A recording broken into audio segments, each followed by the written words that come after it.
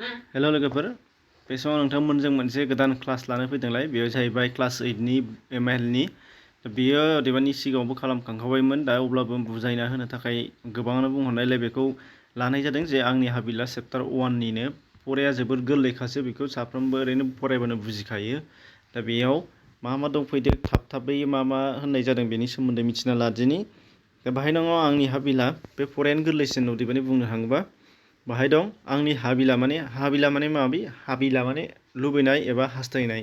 दा बे हाबिला, नाथाय लुबैनाया माखासेया मोगथां महराव मोननो हानाय बाथ्रा, नाथाय बेनिफ्राय हाबिलाया जाहैबाय मोगथां महराव मोननो हायै एबा मोनफुंजायै माखासे हास्थायनायफोर। दा बेखायनो बेयाव हाबिला होननाय जादों, बाहाय आंनि लुबैनाय जायाखै, बेखायनो आंनि हाबिला लिरनाय जादों। जे बाहाय माखासेयाव मोगथां मुलुगाव जाफुंसार जाथावा आरोखि, बे हास्थायनाया मोगथाङाव जानानै फैथावा, बेखौनो हाबिला एबा हाबिलास होनो जिहेतु बे। दा आरो बे हाबिलाया सोरनि? बेयाव खन्थाइगिरि मनरन्जन लाहारी बिथांनि हाबिला जानायफोर बाहाय लिरनाया बेरखांदों। दा बेयाव मा दङ फैदो फारि फारि नायदिनि। दा बाहाय होनदों सोनाबनि जारां जोमैयाव सुदेम बेलारोम समाव जेब्ला गोजा साना लासै दोबैयो, आंहाबो बिदि दोबैफानो हाबिला जायो होनदों। जे बेलासि समाव सान हाबोबा सान हाबनायजों लोगोसे गावबो सान हाबनाय बायदि हाबफानो थाखाय लुबैयो एबा हास्थायो होनदों। नाथाय बेयो जाथावथाव नङा, बेखायनो बेखौ हाबिलायाव खोख्लैनाय जादों। बेनिफ्राय आरोबाव होनदों आदार जाखानाय दाउब'आ दाउसिन सिला सिलारिया जेब्ला बाहाथिङै रोमै बिरलाङो, बिरनानै थांनो बिसोरजों आंबो लुबैयो होनदों। आरो बेबो मोनानोसै समाव जेब्लाना आदार जाखांनाय माखासे मिथिंगानि दाउफोरा बासा फारसे जेब्ला बिरलाङो, अब्ला बिसोरो बिरनायजों लोगोसे बे खन्थाइगिरियाबो बेखौ नुब्ला आरामै बिरलांफानो लुबैयो होनदों। बिनिफ्राय दङ रुफा गाबनि सान रोदाजों जारौरु फुंनि महरजों जोंथि जोंब्ला निहोरा दुब्रि सायाव आंबो जोंनो लुबैयो बुहुम बिखायाव। बे जाहैबाय फुंनि समाव जेलाना दुब्रि सायाव निहिरफोरा साननि सोरां नांजेननाय लोगो लोगो बे साननि सोरां मोदाननायजों रुफा बादि जेलाना जोङो जोंथि रिथि रिथानो, अब्ला खन्थाइगिरिया गावहाबो बै समाव बै निहिरनि जोंनाय बादि जोंफानो हाबिला जायो होनदों।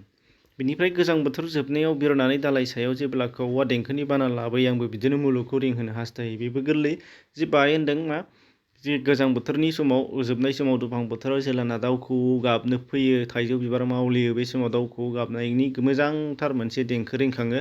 बे दाउ खौवौ गाबनायजों बिसोरो गाबफानो लुबैयो होनदों खन्थाइगिरिया, बेजोंनो दाउ खौवौ बादि गाबफानो लुबैयो एबा हास्थायो होनदों। बेनिफ्राय दङ खोमसि दरसि हराव रिथि रिथा अख्राङाव हाथरखिफोरा जेब्ला बयनोबो सोरां बिलायो, गावबो बिदिनो हराव जोंनो लुबैयोलायनो। आरो दा बेबो मोनसेबाव जेब्लाना मोनानि समाव हाथरखि रिथि रिथा जोङो, जे जोङो मेसें बोथोराव नुयो, दैज्लां बोथोरावथ' फ्राय नुवा। मेसें बोथोराव बे रिथि रिथा जोंनाय समाव हाथरखि जोंनाय बादि गावबो जोंनानै सोरां होनो लुबैयो होनदों।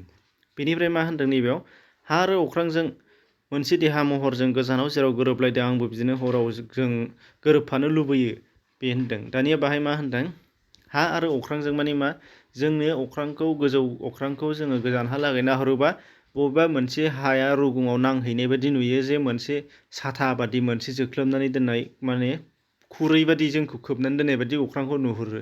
बै गोजाननि बबेबा मोनसे गोजाननि गामिनि बिफां लाइफांजों नांजाबहैनाय बादि नुयो अख्रांखौ, जेरै गुफुरा जोख्लोबहैनाय हाजों समानाव। दा बेबादि गोरोबहैनाय बादि गावबो गोरोबहैनो लुबैयो होनदों आरो। बेनिफ्राय दङ सोरगोआव थांनाय लामा मोनोब्ला आं गमामा नागारनानै दुखु दुंहाव बे मुलुगखौ आं थांगौमोन दा नेवसिनानै बे हादरखौ।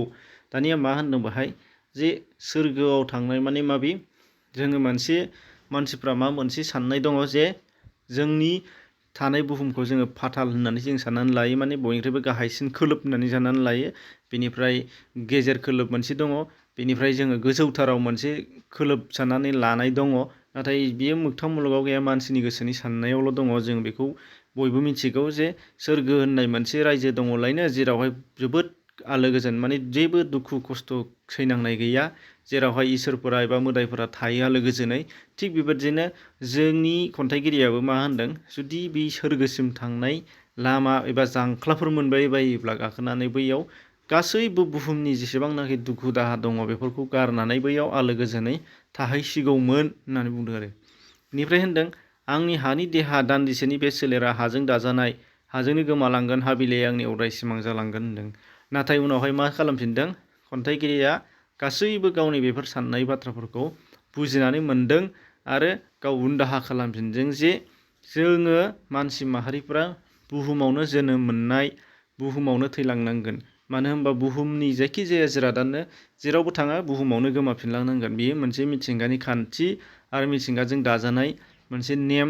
दा बेनि थाखायनो मा जाबाय, जोङो जेसेबांखि गुबुन गुबुन मिथिंगानि थादेरसाफोरजों खन्थाइगिरिया जेरै सानदों बेफोरबादि मोनसेबो खामानिया मोगथाङाव जानानै फैया, मोनसेबो हास्थायनाया मोगथाङाव जानानै फैया। बेफोर गासिबो गोसोनि साननाय गोजाल'। मानो होनबा जोंहा मिथिंगाया एबा जोंखौ इसोरा जा रोखोम दानानै हरदों बेखिनिखौल' जोङो खालामनो हागोन। बेनि अनगायै गुबुन मालायफोरखौ रुजुनानै जोङो बेफोरजों खारफानो जों रावबो हाया। दा बेखायनो खन्थाइगिरिया गावनि साननायफोराबो मोनसेबो जाथावा एबा हाबिलास गोजाजोब। बेखायनो मा खालामबाय खन्थाइगिरिया लास्टआव गावनो उन दाहा खालामनानै गावनो सिमान जाफिनबाय जे बेफोर आंना गासैबो सिमाङैनो थाजोबगोन, माने लुबैनाया हास्थायनायैनो थागोन होननानै बुंफिनदों आरो। दा बेखिनिल'। मनरन्जन लाहारी बिथांनि सोमोन्दै गासैबो बाथ्रा बाहाय दङ। सुंथाबैबाबो बिथाङा गेदेर थुनलाइगिरिमोन। खन्थाइगिरिल' नङा, सल'मा, सुंद' सल', रायथाइ गासैबो बिथिङावनो आरो बेजों लोगोसे बर' थुनलाइल' नङा, बिथाङा इंराजि थुनलाइयावबो गोबां सोरजिदों। दा बेनि बागै नोंथांमोनहा बिजाब मोनगोन, गोबां बिजाब दङ मार्केटआव। बेनिफ्राय दङ नट्सनि बेलायाव जोबोद गोरलैथार बियो, बयबो गावबागावनो नायनानैनो नट्स बानायनानै लानो हायो। बेखायनो नट्स फरमेट होआखै नोंसोरनो। बाहाय दङ जेब्ला गोजा साना लासै दोबै खन्थाइगिरिया मा हाबिला जायो, गावबो दोबैफानो हाबिला जायो। बेथ' गोरलै। खन्थाइगिरिया गावखौ दाउजों माबायदि रुजुदों, बेथ' गोरलै। दाउ खौवौ गाबनायजों गाबफानो लुबैनाय, बासा फारसे बिरलांनायजों बिरफालांनो लुबैनाय, बेफोरो। खन्थाइयाव खन्थाइगिरिया हाथरखि बादि मा सोरां लाबोनो थिनदों, जे जोंनानै बुहुमखौ सोरां होनो लुबैदों, बेबो दङ। खन्थाइयाव दान्दिसेनि सोलेरा माजों दाजानाय होनदों, बेबो हाजों दाजानाय खिथादों। हाबिलाया आंनि अराय सिमां जालांगोन होननानै खन्थाइगिरिया बुंदों। मानो बुंदों, दहाय लास्टआव खिथाखांखाबाय जे जोङो मिथिंगाजों दाजानायसो आरो जोङो बुहुमाव इसोरा जिखौ सोरजिदों जोङो बेखिनिसिमल' खालामनो हायो। गुबुनफोरजों जोङो रुजुबा जाया। बेखायनो जों जेसेबां बायदिसिना सानबाबो बे सिमाङैनो थालांनांगोन। बेनिफ्राय आंनि हाबिलानि खन्थाइनि गुबै राव, बेबो गोरलैसो, फरानि गोजौआवबो दंखायो माखासे, आरो बेखौ बुंबानो जाबाय जे आंनि हाबिला खन्थाइयाव खन्थाइगिरि मनरन्जन लाहारीनि बायदिसिना मिथिंगानि थादेरसाफोरजों गोरोबफानो लुबैनाया बेरखांदों। नाथाय खन्थाइगिरिनि बैफोर लुबैनाया मोगथाङाव जाफुंनानै फैया। मानो होनबा खन्थाइगिरियाबो मिथिंगाजों दाजानायसो। बेखायनो खन्थाइगिरिनि गासैबो हाबिलासफोरा सिमाङैनो थालांगोन। आरो खन्थाइगिरिनि मा मा लुबैनाय दंमोन एबा बैफोर हाबिलासफोरा मा बेफोरखौ लिरदेरबानो जाबाय फारि फारियै। दा बेखिनिल', बेयाव जेबो गोरा गैया। बेनिफ्राय गुबुन गुबुन बे बिजाबनिनो एबा बे क्लासनिनो MIL आयदानि गोबां फराफोरखौ क्लास लाखांनाय दङ, नट्सफोरबो होफानाय दङ माखासे गोरा बेफोरखौ प्लेलिस्टआव थांनानै नायनो हानाय जागोन, नङाबा डिसक्रिपसनाव लिंक मोनगोन, डाइरेक्ट थांनानै बेनिफ्राय मोनफा मोनफा गावबागाव नायना लाबानो जाबाय। आरो दा गैथ'यैफोरखौ उनावहाय लासै लासै नोंसोरनो आपल'ड खालामगासिनो थागोन। नोंथांमोनहा नायनानै थाबाय थाबानो जाबाय। चेनेलाव गोदानै फैदोंबा साबस्क्राइब खालामनानै ला, जाहाथे उननि भिडिअखौ मोननो हायो। गोजोन्थों।